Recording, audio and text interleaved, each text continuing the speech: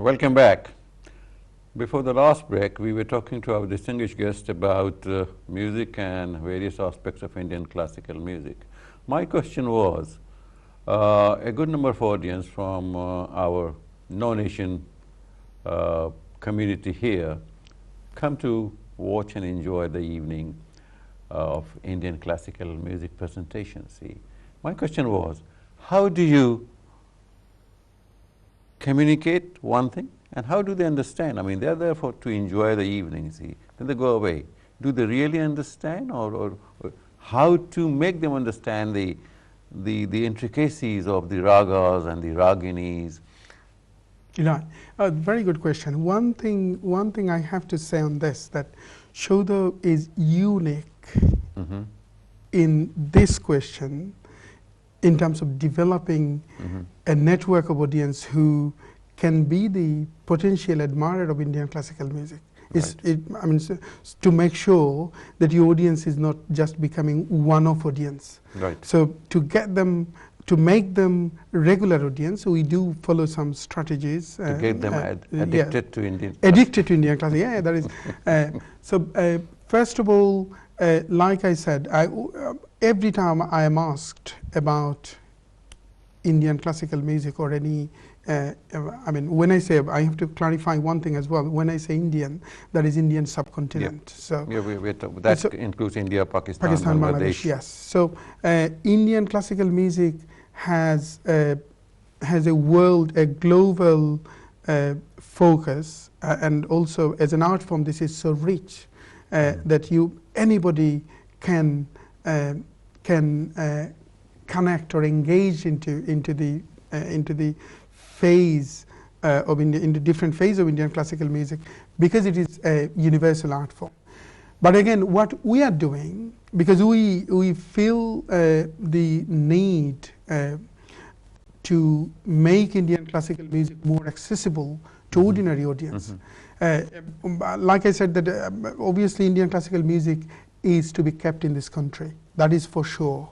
If you go to Royal Albert Hall when the Indian classical music event happens, or sort of in South Bank or major art venues, you will see 90% audience are from non-Asian background. So that shows how they admire Indian classical music, how they like Indian classical music, and that figure is expanding gradually. Not just staying in a constant figure. Who would you blame or give the credit for that?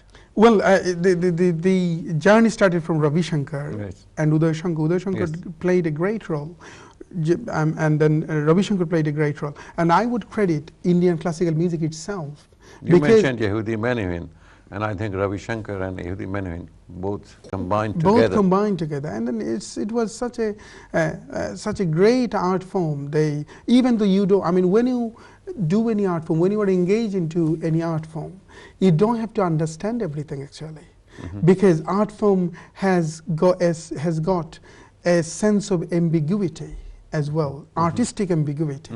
Like even Yehudi Menuhin said about Ali Akbar Khan's music, that when I listen to Ali Akbar Khan, I understand about 70% of his music, and 30% is artistic ambiguity. That makes me to listen to him again and again and again and explore. So that is the definition of art form as well, because once you understand this, abstract art, abstract music. Abstract, yeah. Music is. All art form has got some sort of abstract senses, abstract meaning into this. Probably you can remember William Hogarth, a 16th century's great aesthetician who was giving, who actually defined 6 principles of beauty. And then he said, any beautiful things, any beautiful artwork has to be simple, but again intricate. Again, abstractness has to be within that art form, because if it is not abstract, if it doesn't raise any query, provoke any query, then it ends, it finishes. You are not going to listen again. But because this is abstract, because that provokes you to explore more and more and listen more, to it again and you and are in a again. journey. Because you are addicted to the melody, you can't help without listening, and then you are in a journey to explore more and more. That gave Indian classical music an immortality. Immortality. That is why it will be immortal art form like all other art forms. So what we do, because Shodho is trying to develop, like we always said, that is develop a wonderful communication for the ordinary audience, so that they. You were talking about the workshops. Yeah, we should, so that it shouldn't be stereotyped that Indian classical music is for some intellectuals, for some people who are technically rich, technically knowledgeable person. So that's why we just try to, first of all, we try to invite all leading musicians who have a significant journey in the music, because Indian classical music is not, is not just for the average performers. It is such a great art form. It has to be performed by trustworthy and then quite intelligent performers. So we try to invite all leading performers, and then so that any audience, when they listen to this, they go back, they go home with a huge, beautiful impact in their mind that provokes them to come back again. And then we try to, like I said before, we try to communicate through poetry, a seamless amalgamation with music, with poetry, and with Kathak dance, for example. Kathak dance giving a visual interpretation of what is happening in the music. Poetry from Rumi, from Keats, from Shelley is giving you a huge poetic images of the music. So people can decode, people who have a significant journey in probably other art form, because of its art form is like a painting, like you are painting something. Yahud Manohin, you mentioned about Yahud Manohin. Yahud Manohin was asked, because Yahud Manohin used to play closing his eyes, and then he was asked, what do you think when you close your eyes and play? And then he said, I just try to paint some faces, paint something. So music is, a musician is also a painter. All artist is also, also somehow a painter. So that kind of images we just try to interpret, musical images we try to interpret through the poetry, through other form of art. So people find it more accessible. That's why we say that, Shodho, unlike other organizations, delving into a hypnotic presentation of Indian classical music, so that everybody find this art form more accessible, more understandable. And then we organize somehow. We organize before every event. We try to organize some workshops run by leading musicians, so that audience can have a direct interaction. And then you organized, I think earlier in March, a 2-day Ghazal, Thumri and Khayal festival. Yes. Yeah, 3-day festival. On 5th, 12th and 13th March. Quite fortunate. I wasn't here, so I missed it. Well, somewhere on your website it said hypnotic performance of classical, semi-classical music. See. Yeah. Who were the performers? It was 3-day festival, Ghazal, Thumri and Khayal festival, and quite fortunately, Guardian says Rhapsody of Soul. These performances are dubbed by major media as Rhapsody of Soul. Some say seraphic ecstasy of Indian ragas. Anyway, so first day we tried to. Is it because they didn't understand, or is it because they understood? They understood the poetic side of this. They understand the, although they know that there will be some artistic ambiguity, but artistic ambiguity, like I said again, provoke more quest to explore more about it.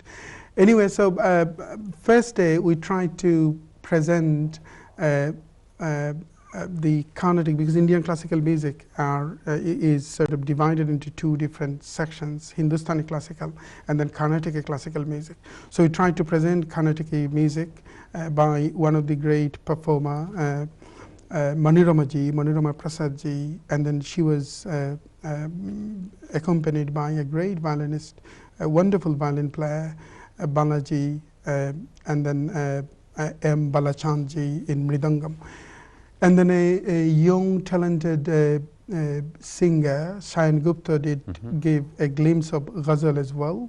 And then on 12th of March, in Modern Assembly Hall, we tried to give a experimental rendition of Hindustani classical music, and that was led by one of the finest Indian classical. May I ask you what are your future plans? Our future plan, yes. I mean, through those events, we try to. We have, like I said, Shoda is different from other organizations because we organize events for with a vision. If you just give me just 2 seconds to finish about our old musicians. So, Modern Assembly Hall, Chandraji sang, and then Kamalbir ji, who was a panel violinist of Jagjit Singh, Chandraji, and then a great tabla player, Sanju Sahai ji, accompanied Chandra Chakraborty, and then Eric Shilanda, like you saw in that clip, interpreted the musical emotion through the poetry. And Shoumi Das was giving a visual interpretation through Kathak dance. And in Rich Mix, a highly talented sitarist, Rupa Panisarji, also performed in Rich Mix. And then a torchbearer of Kirana Gharana, Sandhita Nandiji performed after her, was a vocalist. She was a Hindustani classical vocalist. What is our vision? Vision is to... Before that vision, see, let me ask you. Somewhere on your website, very well written and very, it seems like a copywriter has written your website.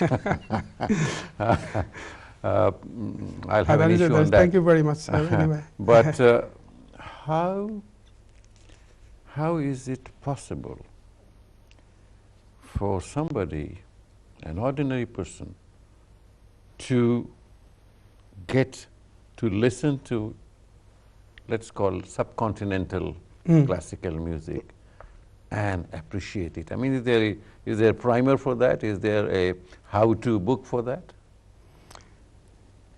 How to be an admirer of Indian classical music, is that what you asked? This is, again, I mean, although we are saying that we are trying to make Indian classical music more accessible, but we are not saying that hugely accessible. Okay. Now your future plans, because we don't have time. Right, okay. Our future plan is to connect, like I said, we are in a campaign of creating new audience, so is to connect every event we review actually. After the event finishes, we review, and then we try to do the further strategies, how to connect more audience, and how to make Indian classical music more accessible to Western audience. And then what do you have for 2016? 2016 is we will be performing in some major art venues.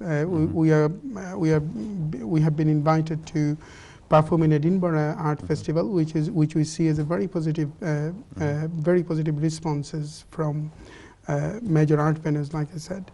And then we are performing in Royal Albert Hall this year, which is something we are looking forward to. And then we also will try to, that is in our plan as well, to visit and tour India and Bangladesh as well with the new kind of presentation that we develop. We say we develop, and then make it more popular. Because I said that we are trying to break the barrier through amalgamating with other form of arts.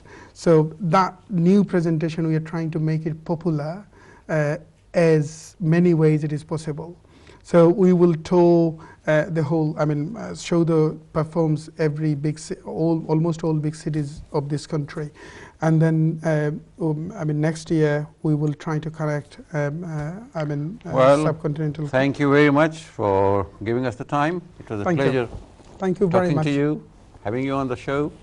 Thank you, viewers. We hope that you have enjoyed the show as much as we have, and that with all the good wishes for the lovers of Indian classical music, we hope the journey will go on. Thank you. Next week, with another distinguished guest, we'll be here again. Thank you very much for inviting me in this great show. Thank you.